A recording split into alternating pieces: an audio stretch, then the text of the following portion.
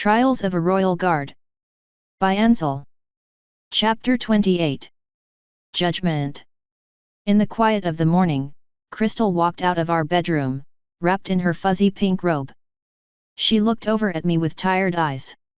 "How long have you been up?" she asked. "Just before the sun." It was early enough that it seemed silly to go back to bed. "I've just been working on my stretches." She nodded and started rummaging around the kitchen with her magic.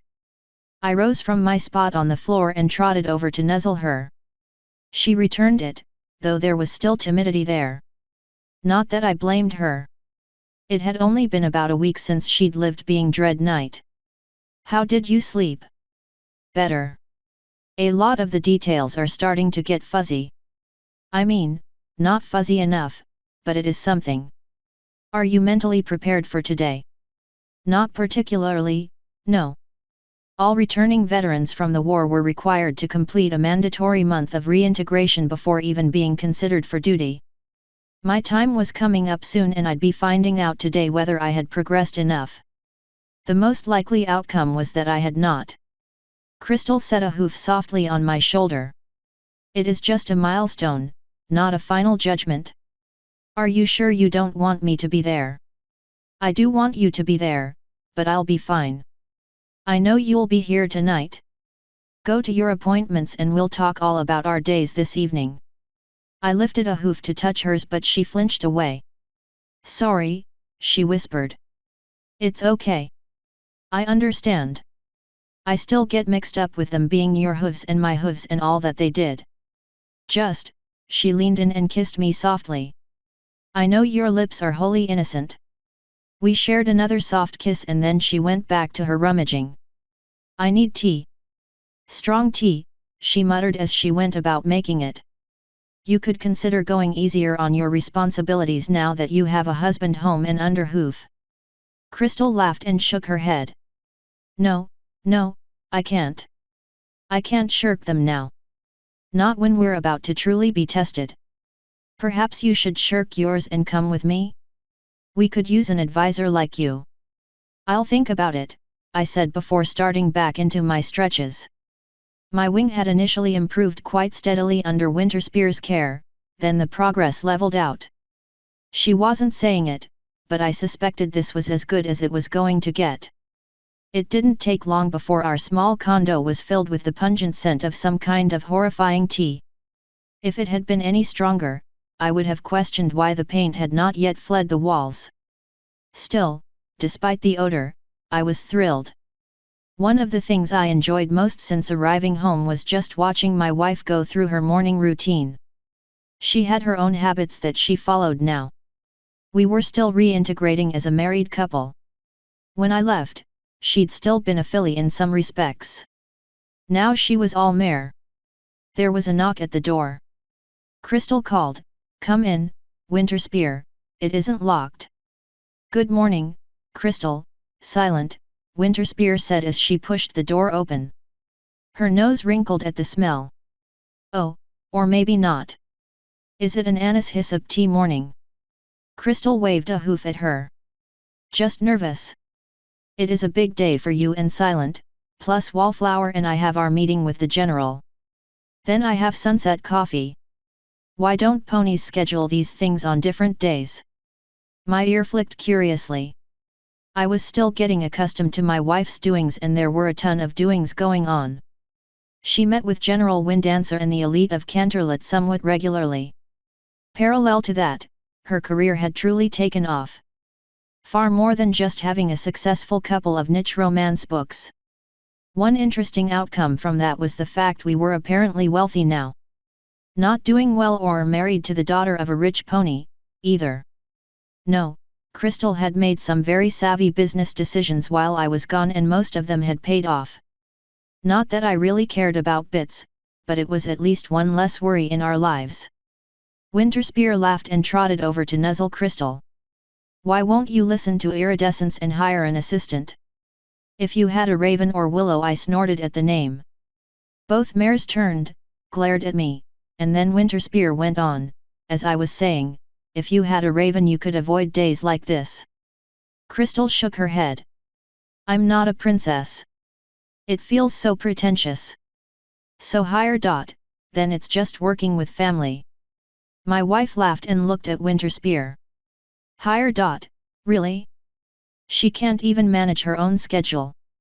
Okay, yeah, point taken. We're lucky if we can ever get her away from the Memorial Garden or the co-op. You know what I'm saying. She stabbed a hoof at me. Hire him. Crystal tapped her lip with a hoof. Yes, yes. That would be great. He'd have to do what I tell him. Respect the chain of command. I laid out on my belly. I refuse. I already answer to enough mares in my life. The mares in this house are under my domain. Winterspear's ear flicked. Since when? Since I got back. Right, all right, Smelly, get up, shower, and put your uniform on. We're going to meet Orchid early and go over your statement. My statement? What? Your statement about what happened with Mindful Soul. I already gave a statement. Yes, now you'll have to give it orally and, look, just do as you're told, okay? This will go a lot smoother. Shower, dress, and hurry up. I'll help Crystal get her dress on in the meantime. Crystal tapped Winterspear on the nose. I'd hire you, but you're too bossy. Winterspear huffed. I am the oldest, I have domain over all ponies in this house. Let's get you dressed, too. Yes, ma'am. Crystal said, levitating her mug behind her as she trotted back into the bedroom. My nose wrinkled at that. I was a major. They should all listen to me. I pulled myself up and headed to the guest shower. Smelly. She was smelly. Radiant Orchid and Winterspear stood next to me, smoothing out my mane and making sure my uniform looked perfect. It already did, of course, but for some reason they seemed nervous. I was, too. This was not where I imagined a medical review would be. We were in a military courtroom. Orchid had said it was just because it was rarely in use, so it had been repurposed for this. That didn't change the fact that there was a 3-pony panel sitting behind the judge's bench, royal guards at each door, and 2 tables. Everything was set up just as if this were a court case. Mindful Soul was sitting at one of the tables, flipping through a file. She had a few more stacked beside her. A royal guard that looked like a foal to me came over and said, "Major Knight, they're ready for you." Orchid nodded and we made our way to the table opposite Mindful's. Winterspear stood a bit further back behind us. The 3 ponies behind the podium were in uniforms. Uniforms that looked like they'd never seen strife. They represented each of the branches of service, the Royal Guard, the Army, and the Navy. I looked at the placards that sat in front of them and didn't recognize a single name. 2 colonels and a naval captain, and I didn't know a single one of them. The one in the middle, the red grape-coated Army colonel behind the Merlet placard, looked down at me. "Major Knight, thank you for coming today. As you know, it is a requirement of all returning veterans to complete the designed recovery program, as outlined, before being reintegrated into our services. We've reviewed your case and feel that your recovery has not progressed to a point where we can recommend you for duty at this time." That was no surprise. Orchid had warned me that this outcome was the most likely by far. She'd said to take it gracefully and accept the new plan, which would just be another month in the program.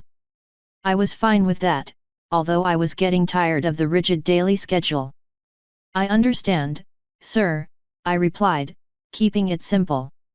The colonel nodded and continued, "In light of your recent extreme failure to comply with your recovery plan and previous indiscretion with following orders outside of military command, we also have concerns that we'll be unable to ensure your success in our standard plan." My ear flicked ever so slightly. They had access to my medical records, which meant they were aware of what happened with Captain Alistair. Of course, those records had been doctored slightly to include an order from the princess, but everything else was there in all its horrid detail. That fact didn't sit right with me, though. That incident had nothing to do with my recovery from the war. Who are these ponies to judge me on one mistake? To call back to something when I've changed since then? Orchid cleared her throat. Colonel, Major Knight has had an exemplary career since that misstep. His service in the war is without question.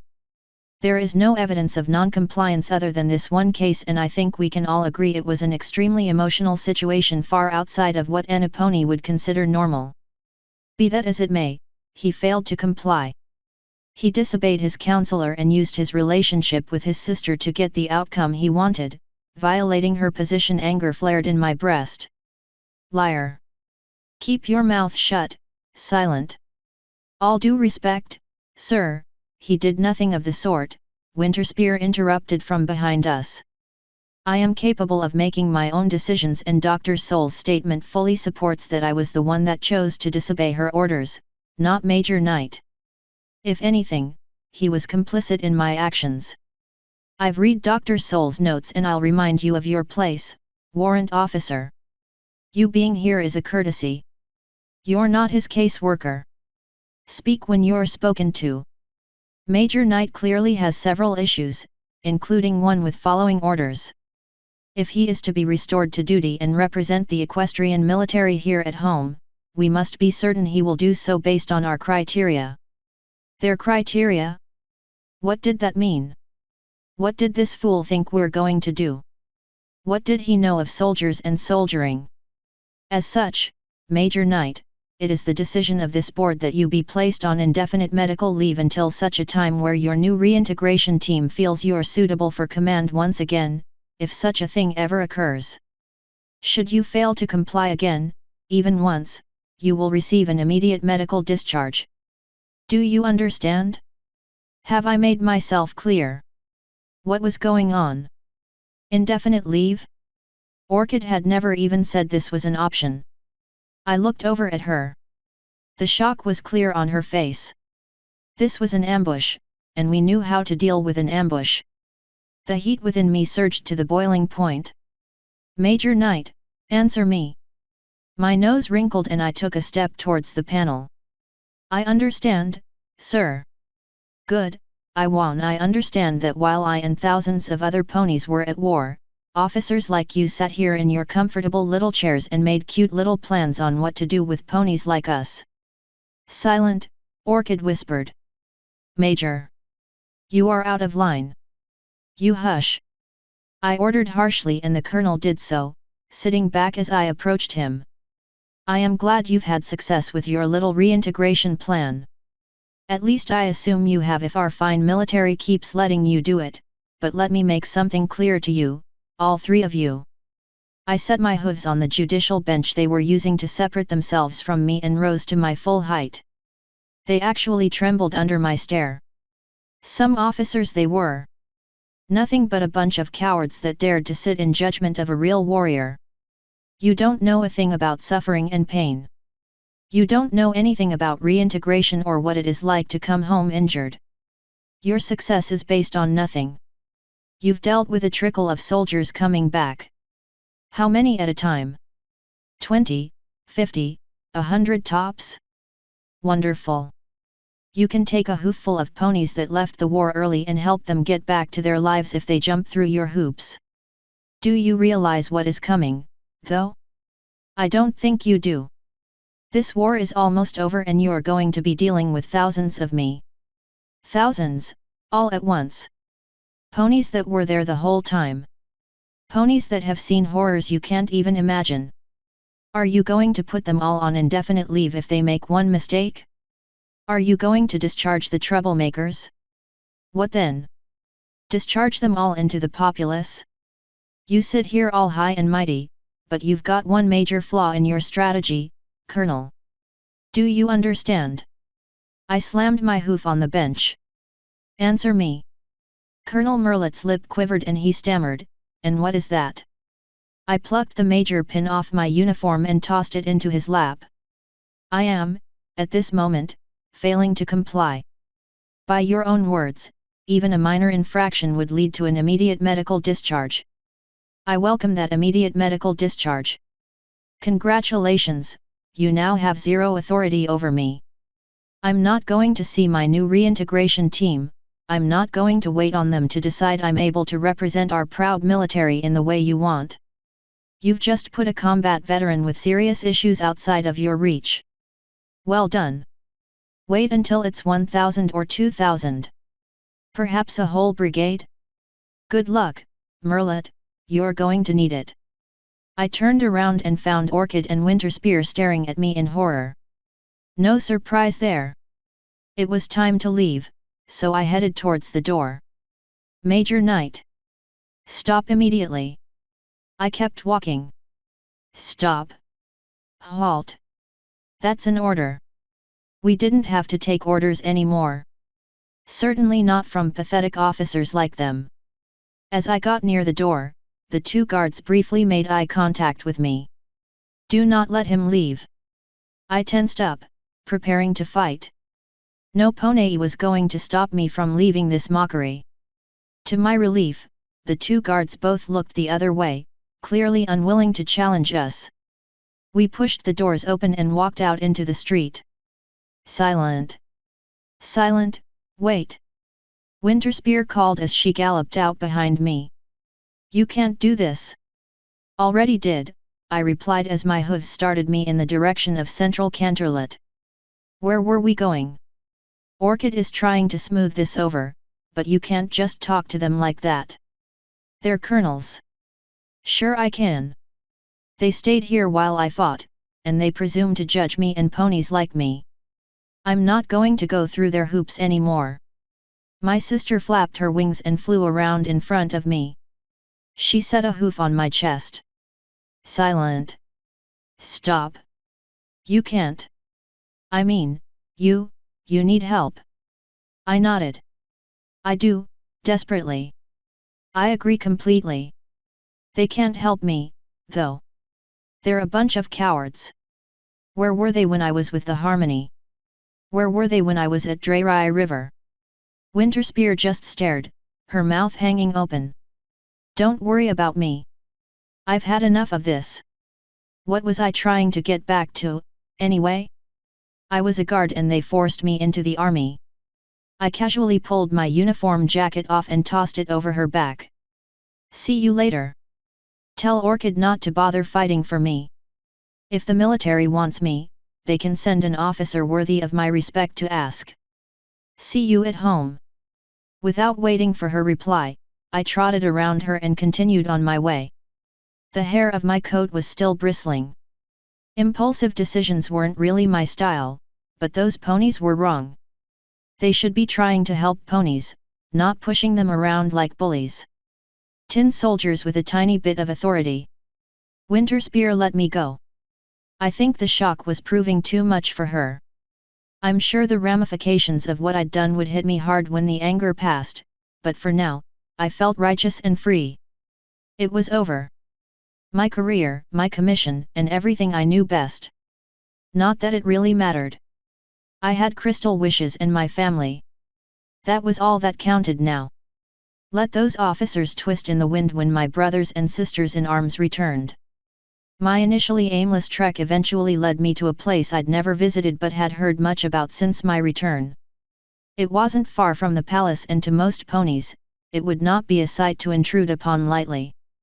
It was a place for ponies like me, the Harmony Memorial Garden. It was a quiet, unassuming place. A solemn place that had not been designed with Canterlot flair or a goal to impress. The ponies that had been on the committee to plan and maintain it were the spouses and family members of soldiers lost when the Harmony went down. They had taken the sacred charge most seriously. The whole garden had been laid out in 6 different beds, each shaped like the petal of a flower. In each individual bed, all the flowers shared a similar color. One bed was purple, another orange, and so on through the spectrum. The focal point was in the middle. A white marble monolith that stood proudly above the beds, reaching for the heavens. Its square base bore the names of the ponies killed the day the Harmony was destroyed, inscribed forever. Over time, more names had been added below the originals as others were killed in the war. Eventually, there were too many names for the first base to handle. The monolith had been raised and a second, wider base had been placed below it, then another, and another. Hopefully that would be the last. I settled onto the ground in front of the monument. If I didn't belong in the military, then where did I belong? My gaze fell on the monolith, looking through the names. Eventually, I found the one I was searching for, Russet Rook. Well, Russet, I doubt you ever imagined ponies like us would end up like me. What now, buddy? He didn't answer. There was nothing but the gentle sound that flowers made when being swayed by the wind. This was an excellent place for a garden. Peaceful, calm, and just the right location to catch some of the breeze. The whole thing was a tasteful marvel. Had I fallen in battle, I would be proud to have my name here. Fortunately, I hadn't, but unfortunately, it was starting to seem that it is sometimes harder to survive. Where was the monument for the survivors? My gaze took in the whole garden as I contemplated that idea. As I did so, my eyes were drawn to an orange, three-story building that stood just beyond the short white fence marking the memorial perimeter. Orange and Canterlot. The elites must have loved that. It was an intriguing sight. What was a building like this doing in Canterlot, and why was it here of all places? An investigation was in order, and I'd found no answers here, anyway. My hooves took me closer and a smile crossed my face. Of course, I said softly as I read the sign over the door. I went through the double glass doors of the building and found myself in a comfortable lobby. The walls were painted a soothing light blue, the couches were an inoffensive off-white, and the floor was a rich, dark hardwood. A round reception desk stood in the center of the room where a young mare stared at me with a surprised look on her face. I walked over to her. "Hi, I've heard you help veterans and their families here." She nodded, a little dumbfounded. "Why? Yes, sir, Major Knight, sir. Mr. Knight is fine. I'm a veteran, do you think you could help me?" The mare eagerly nodded. "If we can't, no pony can, but we can because we never give up. Ever." She reached over and picked up a clipboard before setting it in front of me with some paperwork. "Could you fill this out please, sir? I mean, I know you are you, but, procedure. I'm sure you understand." "Of course," I replied before starting to fill it all out. She just stared at me as I did it. Once I was done, I pushed it back to her. She smiled. "Welcome to the Flower Foundation, Mr. Knight." "Thank you, glad to be here." Author's note, and just like that a career ends. Silent had a lot of strong feelings in this particular chapter, and I think you'll find it interesting how this all plays out. If you are enjoying this story, please consider taking a look at Crystal and Maya's website quillandblade.com for extra content such as mini stories, an Ask Us form to submit questions, responses to said questions, and special rewards for the awesome folks who support our Patreon. End author's note.